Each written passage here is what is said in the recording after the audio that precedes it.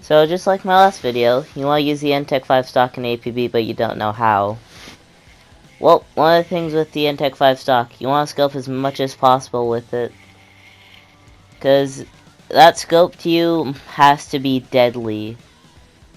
Because that's the #1 thing that ntec-5 requires, it's aim. Unless you have reflex sight, then I guess you're fine. But the recoil on the ntec-5 stock can be controlled by burst firing it constantly, like the way I do in this video. You could either burst fire it one shot like it's a rifle, or you could keep spraying until you notice your bullets aren't missing, and then start spraying again after canceling the shots. One of the things that I most suggest with it is try and stay mid-range to long as much, because that's your advantage over others. You have better range than them. The best part about the ntec-5 stock is the way it's balanced in damage and hard damage. Because the ntec-5 stock is a really balanced weapon like the STAR, it's just the recoil that people deny to use it for. A lot of keyboard users are known for using this, but everybody who can use it on console knows the tricks to it, and even I know some tricks to it. A really big thing with it, if you do find yourself in an up-close fight with anything quick, is you want to crouch shot and just hold R2 down like your life depends on it. The best grenades to use with the ntec-5 stock is default grenades, because they will get an enemy out of cover for you or splash damage them enough for you to rush them, which I don't always suggest with it, but same time I do.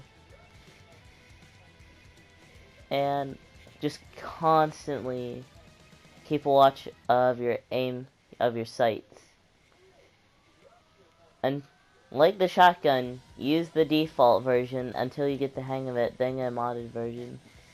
The best mods for the thing are improved rifling, hunting sight, heavy barrel, and you could use whatever ammo mod you want. That's something I can't determine for you.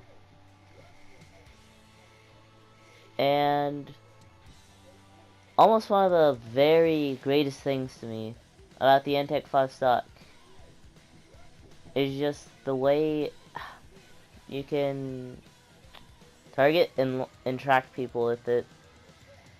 Because although the recoil does kind of stop that, you can still do it. You just need to constantly, like, have your aims down on them and follow them as if you were a sniper trying to get something.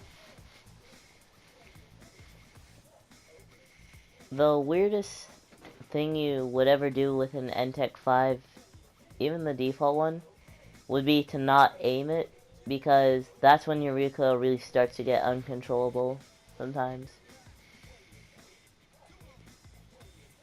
And I don't know what else to say. Be a hunter with the thing. Like a shotgun, have no fear. Know you have the advantage. You gotta have that kind of mindset to use guns like the ntec-5 stock and the shotgun.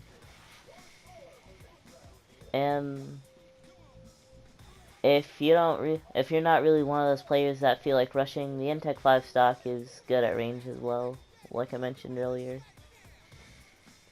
The damage is amazing, hard damage is good, and your secondary depends. Like, most people use the machine pistol. I use the SHAREfactory because I'm just that type of person.